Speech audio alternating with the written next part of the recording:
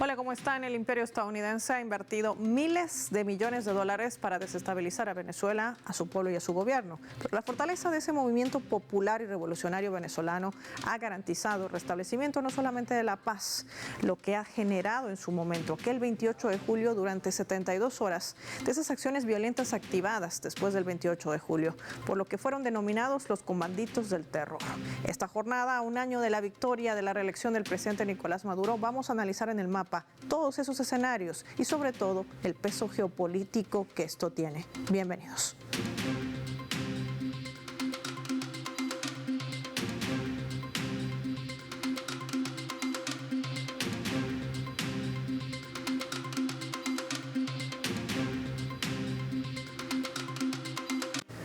Por esta razón, les proponemos desplegar nuestro mapa y revisar algunos datos claves de lo que se ha vivido en esa jornada. Venezuela, un pueblo victorioso. Vamos a identificarlo en nuestro mapa mundi, a esta nación suramericana, con los colores de su bandera y las 8 estrellas. Hay que decir que Venezuela, cuando el gobierno del pueblo venezolano enfrentó una serie de agresiones orquestadas por las fuerzas opositoras internas y potencias extranjeras. El objetivo central siempre ha sido desestabilizar a la revolución bolivariana, golpear a su pueblo y con ello generar el corte del hilo constitucional. Desde intento de magnicidio como el generado en agosto del año 2018, donde se lanzaron drones cargados con explosivos, detonados con la intención de acabar con la vida del presidente Nicolás Maduro y de altos funcionarios del alto mando militar. Las sanciones, también otro eje impuestas por Estados Unidos y otros países europeos, tratando de impactar en la economía, generando también el desabastecimiento de alimentos, medicamentos e insumos básicos. Hubo miles de actos vandálicos asusados también desde la extrema derecha venezolana, de esa ultraderecha a lo largo de esa gestión del 2018. Son algunas de las manifestaciones que también se trataban de generar en medio de una narrativa mediática bastante fuerte contra el país. El 2024, otro dato para sumar, luego del desarrollo de las elecciones presidenciales, donde resultó ganador el presidente Nicolás Maduro, la extrema derecha desconoció los resultados, trazó de tejer alianzas internacionales en toda una movilización, una vez más mediática, para intentar golpear la credibilidad y la institucionalidad del país. Hoy el gobierno y el pueblo venezolano celebran un año de la victoria del 28 de julio en un contexto de resistencia frente a más de 1000 medidas coercitivas unilaterales que siguen pesando en el país. Lo vemos también reflejado en nuestro mapa, ese crecimiento económico soberano, 17 trimestres de una expansión económica sostenida, un aumento del 6.65% con respecto al segundo trimestre de 2024, convirtiendo a Venezuela en el único país con un crecimiento sostenido en América Latina. Hablando también de la actividad petrolera y la activación de los más de 13 motores económicos que están garantizando esta nueva hoja de ruta que tanto habla el gobierno venezolano, el impulso que ha marcado también en las relaciones internacionales, el tejer puentes de alianza al más alto nivel con potencias como Rusia y como China. Todo esto forma parte de nuestro mapa y todo esto también será analizado en este contexto, en una fecha que además se conmemora el 71 aniversario del natalicio del líder de la Revolución Bolivariana, Hugo Chávez Frías. De esto y más vamos a hablar con nuestra invitada.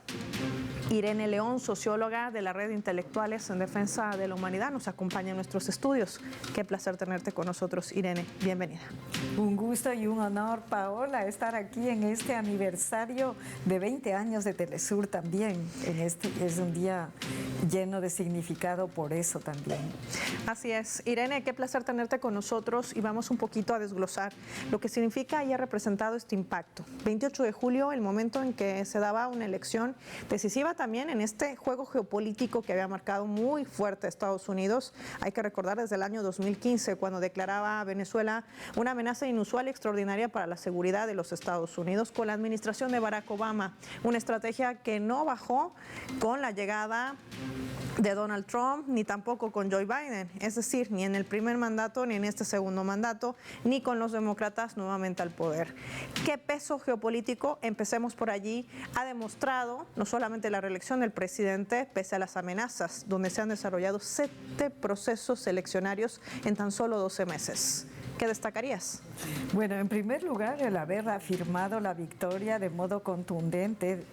Hace apenas un año estuvimos asistiendo a un intento de desestabilización con técnicas multifacéticas, una demostración de las más sofisticadas de la guerra cognitiva que caracterizó la movilización electoral de la extrema derecha. Y bueno, todo eso se conjugó en un intento de distorsionar la realidad al punto que experimentamos en el mundo entero esta iniciativa de proclamar los resultados de Venezuela, los resultados electorales desde otro escenario, desde otro país. Entonces, bueno, hubo una combinación de elementos para atentar contra el proceso democrático venezolano y no obstante el pueblo venezolano se afirmó, tomó su decisión y ahora estamos asistiendo verdaderamente a otro contexto, un contexto democrático en el que en apenas un año ya transcurrieron 2 elecciones donde se evidenció una victoria del gran polo patriótico Simón Bolívar, correcto, al igual que en la presidencia. Entonces, hay una ratificación de la voluntad popular de continuar en este proceso, independientemente de todos estos atentados contra la democracia que se vivieron. Hablemos de cómo se ha desmontado también esa narrativa que han tratado de imponer desde los medios hegemónicos, por ejemplo, ¿no? Cuando se desarrollaban las elecciones del 28 de julio y cuando se trató de tejer de un supuesto fraude electoral, que ha quedado prácticamente allí en una narrativa mediática. La gran pregunta que podría de alguna manera pintar el actual escenario en el que nos encontramos: ¿dónde está el gobierno y dónde está esa oposición extremista? Era muy evidente que la movilización comunicacional monumental que sucedió hace un año, que abarcó las primeras planas del mundo entero, era un trabajo muy elaborado en los laboratorios de comunicación política, los laboratorios de guerra cognitiva, y que esos predominaron principalmente en el área internacional, también en Venezuela en ese momento, pero acá se impuso la realidad, la verdadera situación del país, en el que de modo tangible suceden otras realidades que no son aquellas que se produjeron en laboratorio hace un año. Entonces ahora ya el país ha tocado su contexto real, la población venezolana ha vivido una estabilidad que no se esperaba sucediera hace un año. La situación del país está en una neta mejoría en todos los sentidos, incluso comparativamente con los otros países de América Latina. Aquí se vive un ambiente de felicidad y bonanza. Entonces, estamos viviendo un contexto democrático de construcción importante, diferente, que es muy distinto al que se fabricó en los medios corporativos, principalmente con una gran cantidad de noticias falsas y de posverdades. Sí, y en medio de esa narrativa hay que hablar también del peso geopolítico que tiene Venezuela. Pese a todo ese plan que bien describe también Irene, había la intencionalidad de que Venezuela quedase aislada, cosa que no ha sucedido porque más bien ha afianzado sus relaciones. Es decir, tiene el más alto nivel de relaciones con una de las grandes potencias económicas y militares del mundo. Estamos hablando de China, al más alto nivel, a toda prueba y a todo tiempo. Es el único país latinoamericano que ha alcanzado ese estatus. Y no menos también las relaciones que ha logrado trazar con el gigante ruso, la Federación Rusa, que además forma parte del grupo BRICS Plus, así como China, que tienen economías emergentes, acuerdos en materia tecnológica, de biofarmacia, bioquímica. Es decir, es tan amplio el espectro que ha logrado Venezuela que parecería prácticamente una narrativa fuera de contexto, una reedición que no ha funcionado. ¿En qué momento o en qué estatus está Venezuela dentro de este mapa geopolítico? ¿Cuál sería? Bueno, Venezuela es uno de los países más importantes del mundo, incluso para la oposición, para el proyecto capitalista. Es imposible no considerar a Venezuela en el mapa geopolítico, se mire desde donde se mire. Ahora ya desde el proyecto de mundo pluricéntrico y multipolar, Venezuela viene recorriendo ese camino desde el inicio de su proceso de revolución bolivariana, y ahora estamos asistiendo a una amplia gama de relaciones, las del Centro de Construcción del Mundo Multipolar, que son de lo más relevante como lo has mencionado, pero también una amplitud de relaciones en zonas del mundo que no necesariamente eran tocadas antes, en África, en Asia, en el mundo entero. Venezuela ha demostrado esa apertura a construir desde la geopolítica y no solo desde la geoeconomía, como muchos países latinoamericanos lo están haciendo ahora, con un aislamiento ahí sí en su propia dinámica interna. Entonces, Venezuela ha crecido, su presencia en el mundo ha crecido, Venezuela tiene amigos en todas partes, y justamente al llegar a un año de ese intento de desestabilización podemos constatar que se ha ampliado la relación internacional. La política exterior de Venezuela es muy consistente con su proyecto. Hay una geopolítica, una propuesta de justicia geopolítica que Venezuela coloca en todos los escenarios y problemáticas con mucha altura, y obviamente eso aporta una mayor inserción en varios escenarios en el mundo, incluidos los que tienen que ver con la geoeconomía, como las del mundo petrolero. Y de eso me gustaría conversar contigo en el siguiente bloque, para poder un poquito afianzar, no solamente de esa estrategia que tú ya nos dices está fallida, una reedición de la implementación de lo que ha hecho, por ejemplo, Estados Unidos en países latinoamericanos como el Plan Cóndor, sino también en una Venezuela para tratar de utilizar estas estrategias con otro tipo de mecanismos. Pero esto podría elevar las alertas de banderas rojas, de ser una nueva amenaza latente que no cesará. De esto y más hablaremos al regreso, y lo hacemos revisando nuestra escala.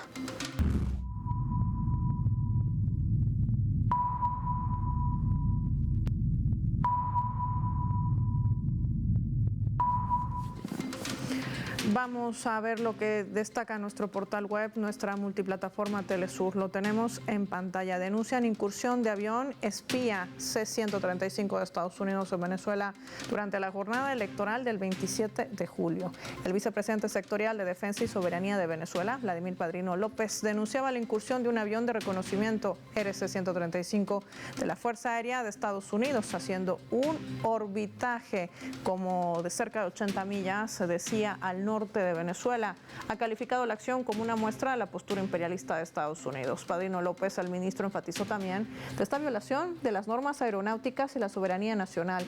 A su vez, subrayaba el momento en donde ocurrió la incursión de este avión espía. Se antojaron, decía durante su declaración la noche de ayer, de hacerlo en las elecciones. A pesar de esta situación, el vicepresidente también celebró el desarrollo pacífico de los comicios y agradeció la labor del Plan República, que seguirá desplegado, por cierto, en todo el territorio nacional, para garantizar justamente eso, uno de los valores principales que tiene la revolución bolivariana, garantizar la paz de todos y cada uno de sus ciudadanos. Ya volvemos.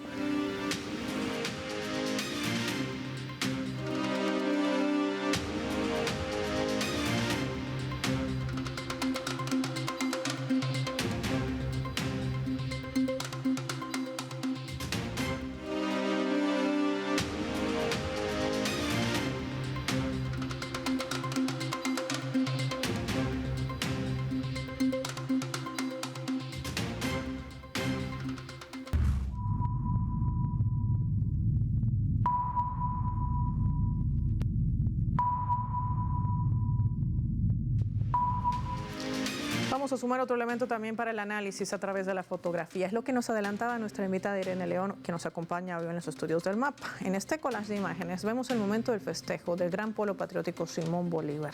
Habían logrado ganar 285 alcaldías, 50 están hoy en manos de la oposición. Una jornada donde han participado 21 millones de ciudadanos en el balcón de la alcaldía del municipio Libertador, junto también a la alcaldesa Carmen Meléndez, reelecta en esa jornada electoral. El júbilo que ha marcado también la votación de una participación activa, directa y sobre todo protagónica es lo que destacaba el presidente Nicolás Maduro. Hemos trazado nuestro propio futuro, decía desde ese balcón. Hoy más que nunca tenemos la facilidad de decidir nuestro destino. Seremos nosotros mismos los que dependamos de nosotros mismos para seguir creciendo. La ciudadanía participó de manera amplia para decidir a sus autoridades y esto también ha sido leído, Irene, como una derrota para el fascismo. Así es. Hemos visto un ejemplo de construcción de democracia participativa aquí, puesto que a más de las elecciones municipales hubo la consulta para seleccionar prioridades para la juventud.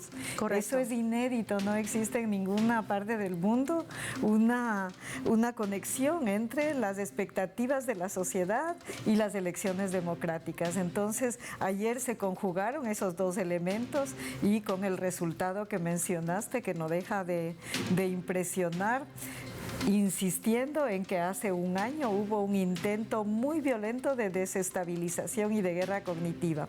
Y ahora hemos visto lo contrario, un ambiente pacífico, participativo y estas expectativas de construir una democracia diferente con todos los elementos participativos que se van colocando. Ahora, hay que decir también que en medio del desarrollo de las elecciones del 28 de julio, si hacemos una comparativa, hubo participación de la oposición, pero no de esa ultraderecha que también participó, pero que trazaba su narrativa que desde el día 1 había tejido de un supuesto fraude. En las elecciones municipales, las oposiciones también han participado, quedando relegada la ultraderecha de no asistir, inclusive desde el extranjero, decir de que no se participe, hecho que no se ha registrado porque el pueblo venezolano ha decidido no solamente articularse, sino sobre todo ser garante de paz.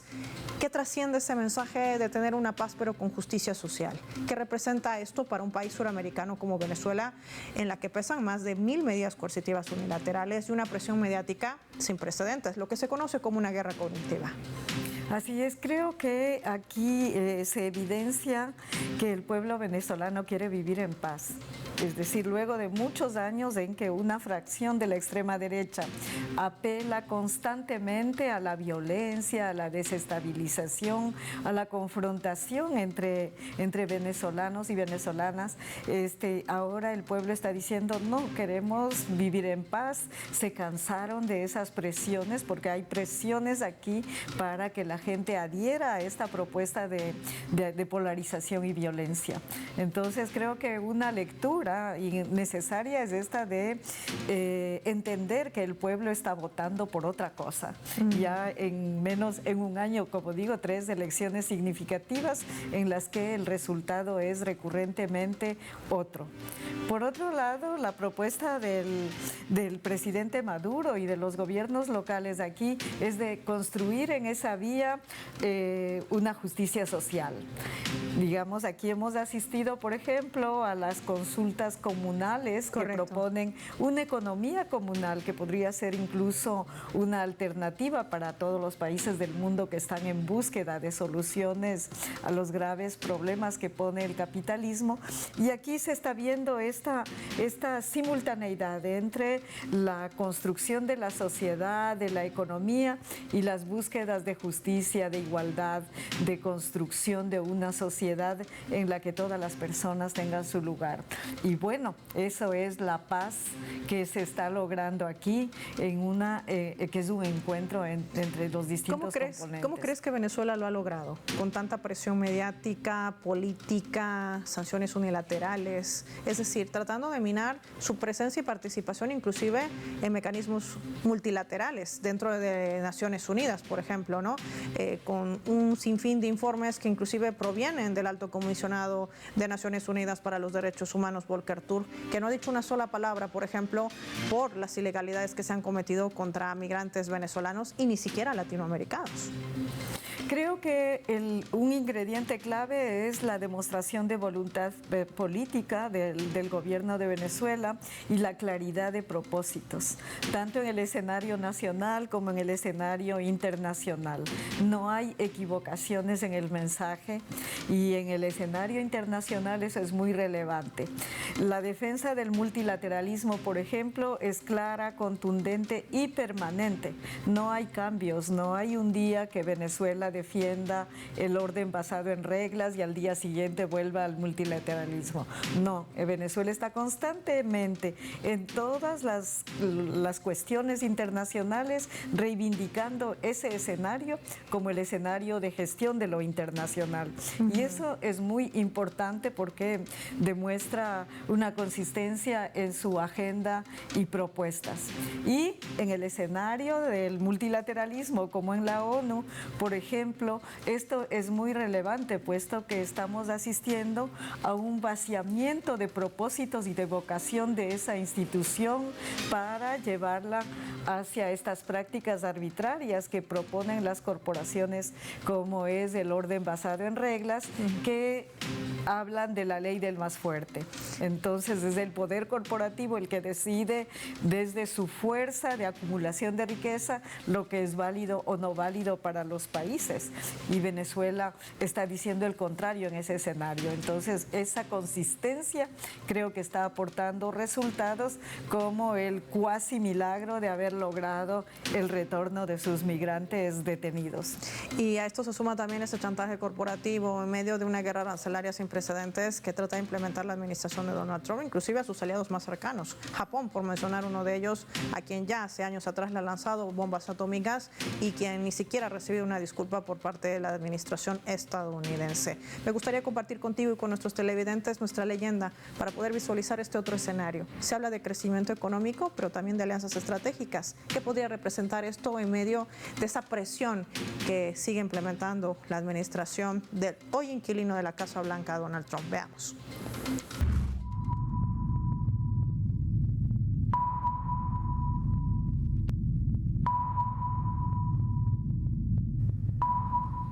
Ustedes saben, Irene, que el presidente de Estados Unidos, Donald Trump, ha tratado de alguna manera de levantar aquellas restricciones que había implementado contra esta empresa que estaba extrayendo petróleo de Venezuela, Chevron. El presidente de Venezuela, Nicolás Maduro, a propósito del 20 aniversario de nuestra multiplataforma Telesur, brindaba una entrevista exclusiva. Allí habló de este tema y decía: todas las empresas internacionales son bienvenidas a trabajar en Venezuela.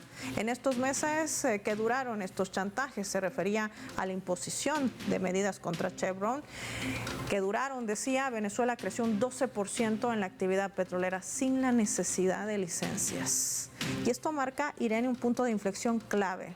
Venezuela está lista para subvertir estas medidas coercitivas unilaterales. Eso no implica que haya generado esto un impacto dentro de su población y de la estructura, por ejemplo, de áreas como educación, como salud, y que haya generado inclusive que representantes de la ultraderecha, como el entonces reconocido por ellos mismos Juan Guaidó como supuesto presidente autoproclamado del país, haya robado millones de dólares, de lo cual los medios de comunicación no dicen absolutamente nada. ¿Qué representa este paso para el país y sobre todo para esa estrategia que se ha trazado Estados Unidos contra Venezuela? Creo que no deja de impresionar la estrategia de pasar por otro camino que no es el de obedecer a las medidas coercitivas unilaterales. Esto llama la atención, puesto que son presiones de altísimo tenor y son muchísimas, como no se ha visto en ningún otro país de la región. Entonces, el gobierno de Venezuela ha tomado decisión de responder a las expectativas del pueblo y enfrentarse al poder corporativo, al poder político estadounidense que en colisión con el poder corporativo establecen este tipo de medidas y hacer unas negociaciones en beneficio de su país, de su pueblo. Es interesante porque Venezuela no es el único país que tiene estas medidas, si bien es el más afectado en este sentido, y yo creo que está sentando un precedente con lo que ha propuesto. Y luego las corporaciones transnacionales petroleras también están recibiendo un mensaje importante, contundente. Ahí sin duda la Chevron, que tiene que negociar con el gobierno de Venezuela sus condiciones, pero también las otras corporaciones que están en el país. Entonces, creo que hay un mensaje desde varios ángulos importante, tanto para Venezuela como para los otros países latinoamericanos, sí, que tienen que negociar con las corporaciones, pero también para Estados Unidos. Estados Unidos estaba con la seguridad de que al declarar todos los males contra Venezuela y declarar las medidas coercitivas unilaterales que se multiplican, puesto que se potencian entre ellas, se multiplican al infinito, pensaban que era el modo de estrangular a Venezuela y de que nada más podía pasar luego de eso. Y no, el gobierno de Venezuela ha hecho una importante demostración de que se pueden hacer otras cosas, de que se pueden desarrollar otras alianzas en el mundo y sí, que incluso en el campo comercial es posible hacer negociaciones por fuera de este tipo de situaciones como las que se imponen desde Estados Unidos hacia Venezuela. Irene, no puedo dejar de preguntarte ya para cerrar la entrevista, ¿qué escenario le espera al pueblo venezolano con todo esto que se ha trazado? Seguir fortaleciendo su democracia directa y participativa, pero sobre todo protagónica, poner a la juventud como uno de los focos centrales para recuperar esa conciencia política y tercero, sobre todo, demostrándole al mundo que es posible trazar acuerdos bajo la diplomacia de paz, no disparando una sola bala, no enfrentándose de manera directa con tanques, ni lanzando misiles, ni con presiones de chantajes como lo hace la administración de Donald Trump, que pareciera que todo lo ve como un negocio y no como una política exterior. Bueno, yo creo que a Venezuela le espera un gran futuro porque justamente tiene un horizonte claro de lo que espera construir y lo viene haciendo. Ahí no podemos decir que es fácil y que todo va a suceder según su proyección. Es difícil, puesto que está con una agenda antisistémica distinta a la que propone el capitalismo y es claro que el complejo industrial militar con la quinta flota en el Caribe, que los sectores corporativos con sus intereses sin fin, en fin, todo tipo de actores que quieren lograr beneficios para sí, van a confrontar y van a intentar tomar el control como lo hacen en el mundo entero. Pero creo que justamente ahí Venezuela está dando un ejemplo de que en el siglo XXI se puede cambiar la realidad, puesto que ya va casi para 3 décadas de construcción de un socialismo con el pueblo involucrándose, con una participación importante, significativa, y que ahora propone un plan de 7 transformaciones y con una revolución de fondo como es el Estado comunal que está en construcción. Así que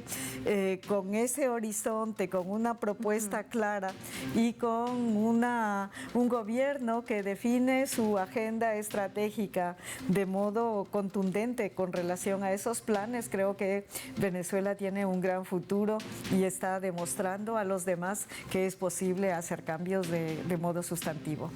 ¿Te animarías a decir que la revolución bolivariana se ha trazado un camino de perfeccionamiento que está dimensionando sus capacidades y su amplitud también con miras a un desarrollo con esa mirada del sur global?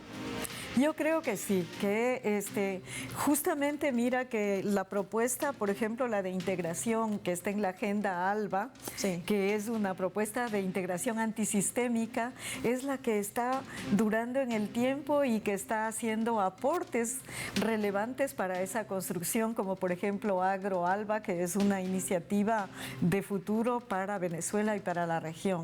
Y asimismo en otros... sobre todo para el Caribe, ¿correcto? Claro, claro. Y en otros escenarios, en otros temas, Venezuela viene generando propuestas que sí son sostenibles y de horizonte. La integración regional y del sur es una clave no solo para Venezuela, para toda la región y para todo el sur. Y así podríamos enumerar muchos elementos del proceso bolivariano que están apuntando hacia ese punto de no retorno que señalaba Chávez y que con la Unión Cívico-Militar, por ejemplo, se evidencia que hay esta mezcla de construcción desde el poder, un poder que se amplía hacia la población cada vez más y que lleva a convidar a los demás a animarse a construir cambios para lograr una mayor dignidad desde el pueblo.